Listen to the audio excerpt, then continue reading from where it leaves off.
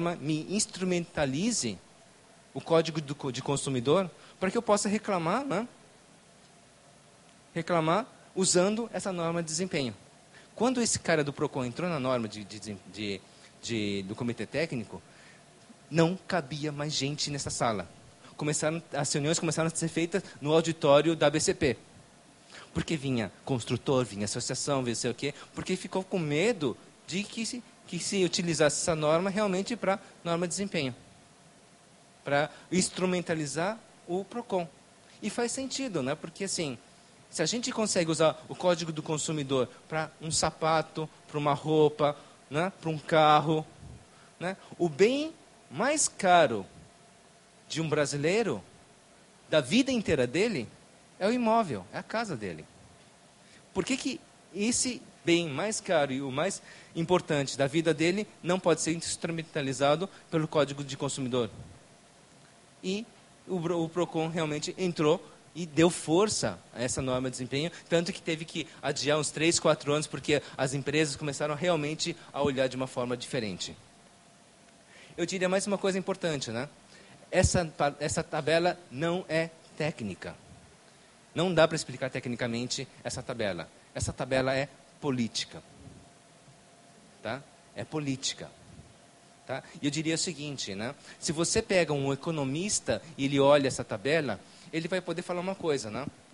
Se esse imóvel dura 50 anos, né, por que eu não posso montar um financiamento de 50 anos? Faz sentido, né? Se eu vou comprar um prédio de 75 anos, e esse prédio, existe uma norma de desempenho falando que ele tem uma vida útil de 75 anos, por que eu não posso montar um financiamento de 75 anos? Você começa a entender que o impacto dessa norma é muito grande. É muito grande, não é só técnico, é político. E aí uma das coisas que o professor Paulo Lene não conseguiu responder. Quem vai pagar esse custo? Esse custo vai ser pago pelo governo federal. Principalmente por causa de um programa chamado Minha Casa, Minha Vida. Né? Minha Casa, Minha Vida, na verdade, ele tem um recurso de quase 181 bilhões. E o governo está falando, eu estou colocando 181 bilhões nesse projeto e eu quero que essas casas durem 50 anos de vida útil. Faz sentido isso. E por quê? Porque é uma casa e uma vida. Tá? A gente tem a ideia de que uma casa com 20 anos está caindo aos pedaços. Não é verdade? Quem compra em sã consciência uma casa de 20 anos? Ninguém. Porque sabe que está com mal manutenção. Né? E no fundo eu diria o seguinte, uma casa, assim, o pessoal conhece como é que é feita a Minha Casa Minha Vida. Mas assim, por mais simples e por mais menos tecnologia se utilize, né, você consegue fazer uma Minha Casa Minha Vida ter vida útil de 50 anos, desde que você coloque nessa equação a manutenção. Por isso que a palavra-chave da norma de desempenho é manutenção. Você não precisa, vocês como médicos obstetras, né, de trazer estruturas de concreto para o mundo, né, vocês não precisam fazer um bebê super soldado. Né? Eu tenho o meu filho de 7 anos e falo assim, não, você não precisa ser um Wolverine que pega, você é imortal. Né? Não, você nasce normalmente e você vai ter o quê? Você vai ter um pediatra, né? Você vai ter uma ginecologista, você vai ter um urologista, você vai ter um geriatra, né? Que são assim, especialidades na medicina que existem na medicina, né? Que não existem em paralelo na construção civil. Na construção civil, a gente ou é obstetra ou é médico legista, né? A gente fala como é que o paciente morreu, como é que a estrutura morreu.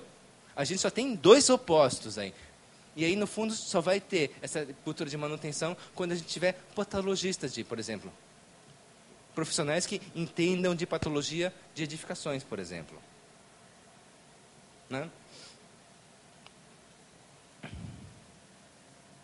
Por que a gente fala que é político? Né? Você vê, onde as casinhas estão sendo colocados um pouquinho aqui no Nordeste, que está aqui o Eduardo Campos, né? Aqui o Centro-Oeste, aqui o Sudeste, o Aécio Neves. Né? Quer dizer, no fundo, tem uma política muito forte, onde você precisa mostrar que as estruturas precisam durar mais do que 50 anos. Né?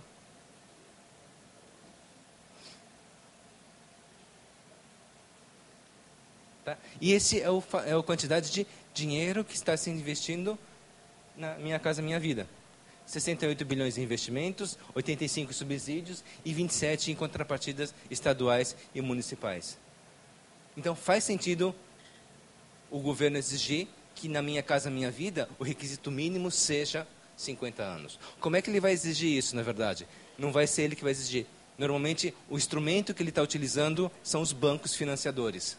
Então, você vai ver a Caixa Econômica Federal, você vai ver o Banco do Brasil, né, exigindo alguns desempenhos que são da norma de desempenho 15575, para que a Minha Casa Minha Vida atendam essas normas de desempenhos. Senão ele não financia. Esse é o jogo que ele faz. Né? Você vê o quanto de gente que está por trás desse guia. Quer dizer, essa norma vai pegar. E a gente, como fabricante, vai ter que preparar a cartinha também. Eu não sei dizer como vou falar isso para o Jacques, que é o nosso diretor. Ele não vai gostar muito disso.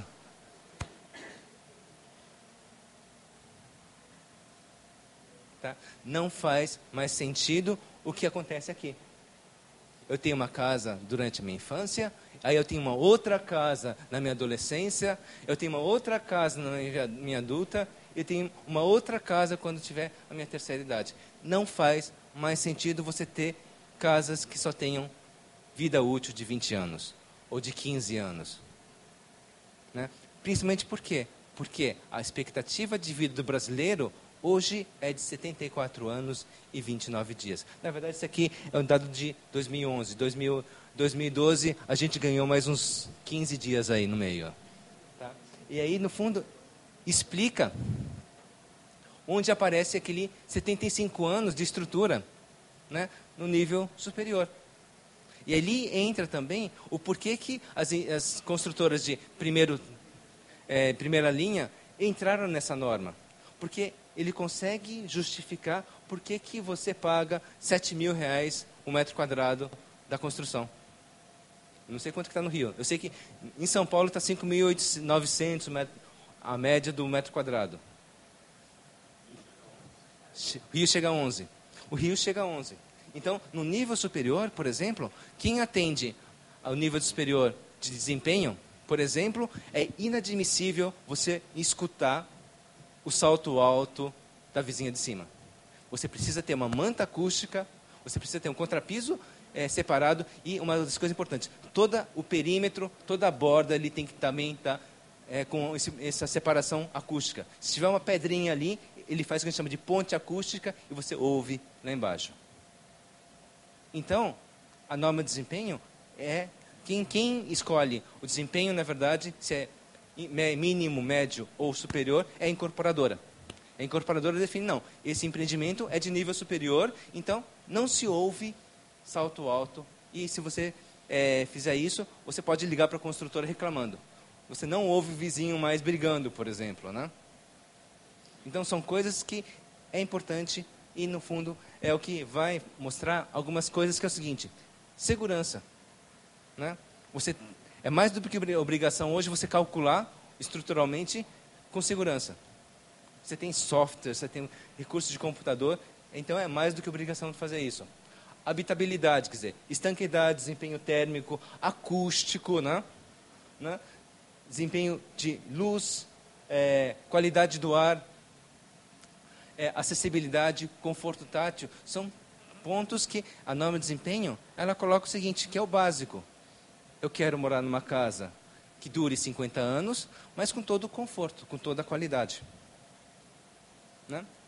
E a questão de sustentabilidade, durabilidade, e essa é a palavra-chave, manutenibilidade.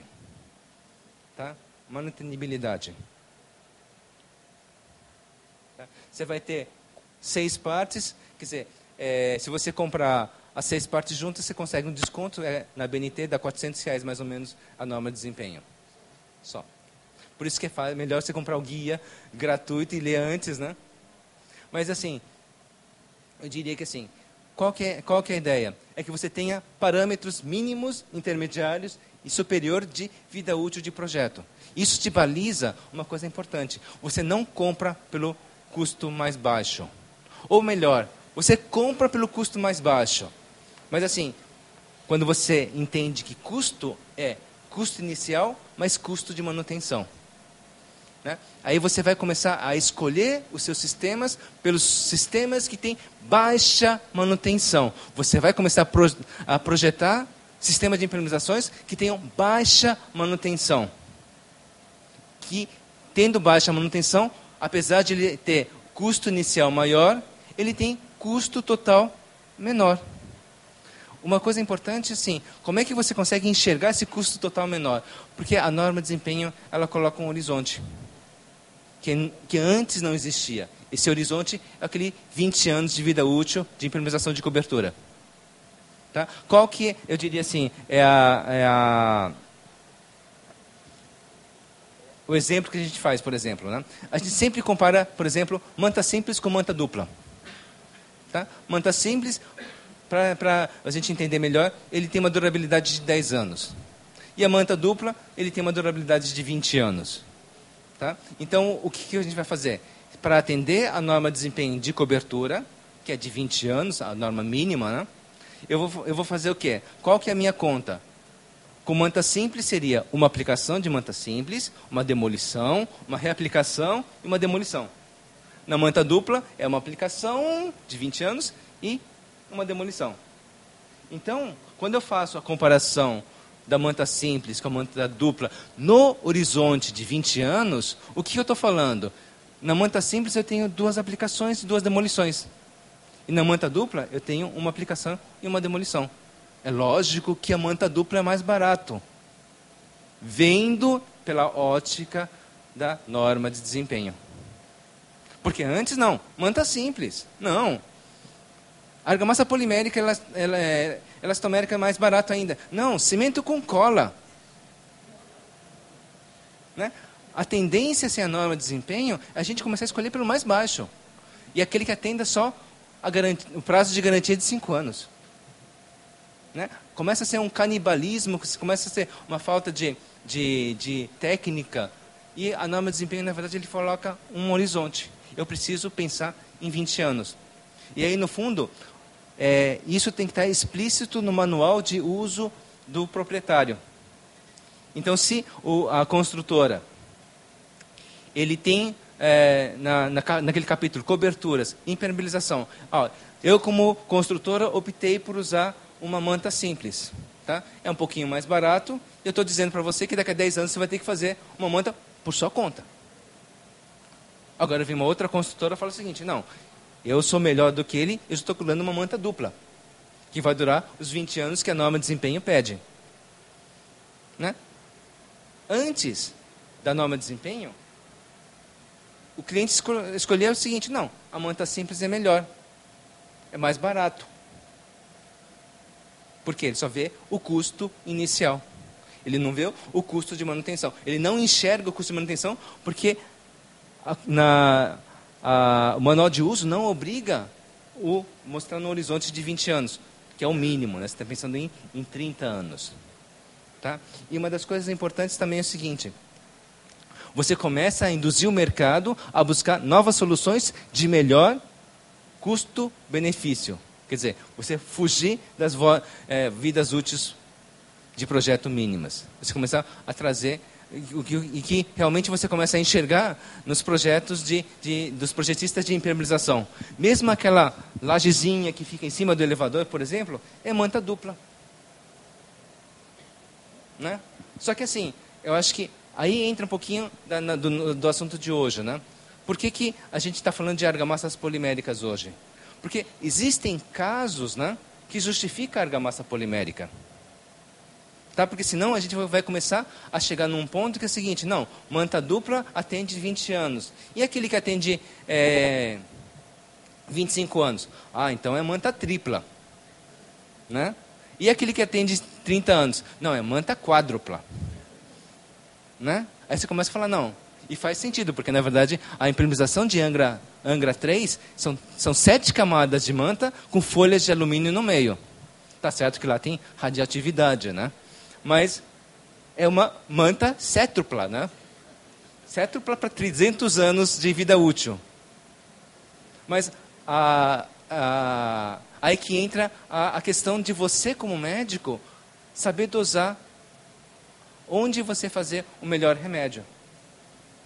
Tá? E aí entra as argamassas poliméricas. Tá? Mas uma coisa importante, né?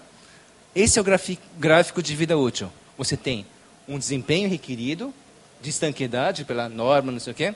E uma das coisas importantes é o seguinte: quando você compra o produto, você não compra por aqui. Você compra ele mais alto. Né? Ele tem que ter um desempenho maior para que tenha sobra, para que ele possa perder.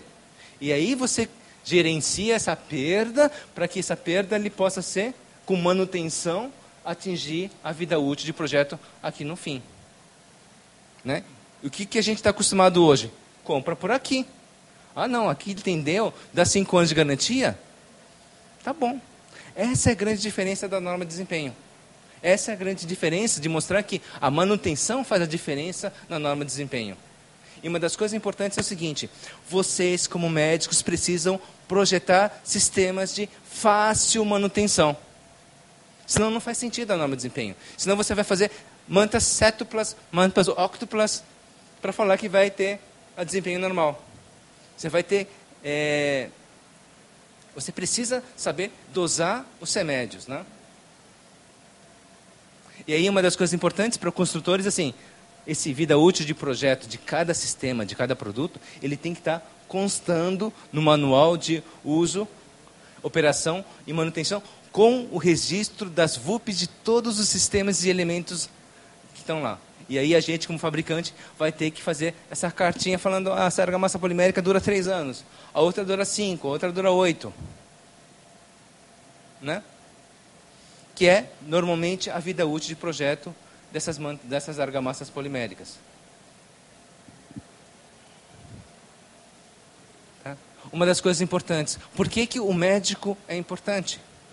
Um bom produto, bem aplicado. Né? Aqui não foi aplicado nada. Tá? Então, a água do solo sobe pela parede e faz uma patologia mais difícil de você resolver, que é aquele bolor que fica no pé da parede. É um inferno. Você não consegue resolver isso de um modo barato. A modo mais caro tem um remédio chamado TNT. Você explode tudo e faz de novo. Tá? Um outro aqui. Aqui é o clássico, né?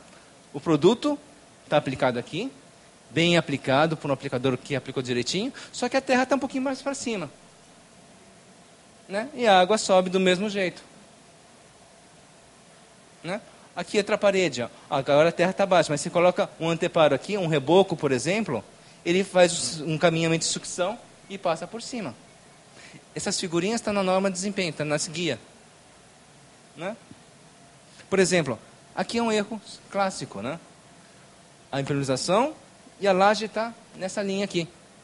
Ele faz uma ponte, entra na laje, sai na laje e sobe. Tá? Bom produto, bem aplicado, mas aplicado no lugar errado. Né? E aqui, quando vem o pessoal e joga entulho aqui entre as paredes, né? Não adiantou nada de todo mundo. Começa a entrar água para cima. Essa é a importância de vocês como médicos. De falar, não pode jogar entulho entre as paredes. Por quê? Porque tudo que a gente fez de impermeabilização, né? Se eu tivesse feito a impermeabilização, as 3 fileiras com hidrofugante, né? Não ia adiantar nada se o cara colocasse entulho lá dentro. Tá? E uma das coisas, essa é a tabela que eu queria trazer para vocês, que eu acho que é a mais importante, né?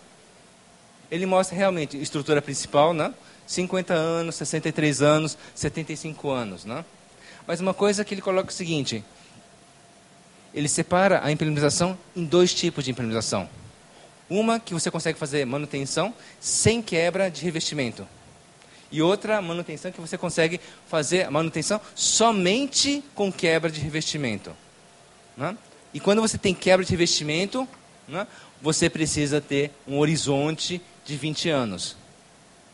Agora, se você, como médico, projetou uma impermeabilização que tenha uma facilidade de manutenção, você tem uma impermeabilização manutenível sem quebra de revestimento, a vida útil mínima, 4 anos, 8 anos.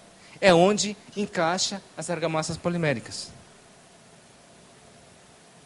Tá? Então, essa é a ideia. Quer dizer, eu não preciso usar, por exemplo, o que eu faria aqui, por exemplo, para atender os 30 anos? Eu faria um revestimento ou de 7 camadas de manta, ou, por exemplo, 20 camadas de manta de PVC, ou revestimento de 3 milímetros de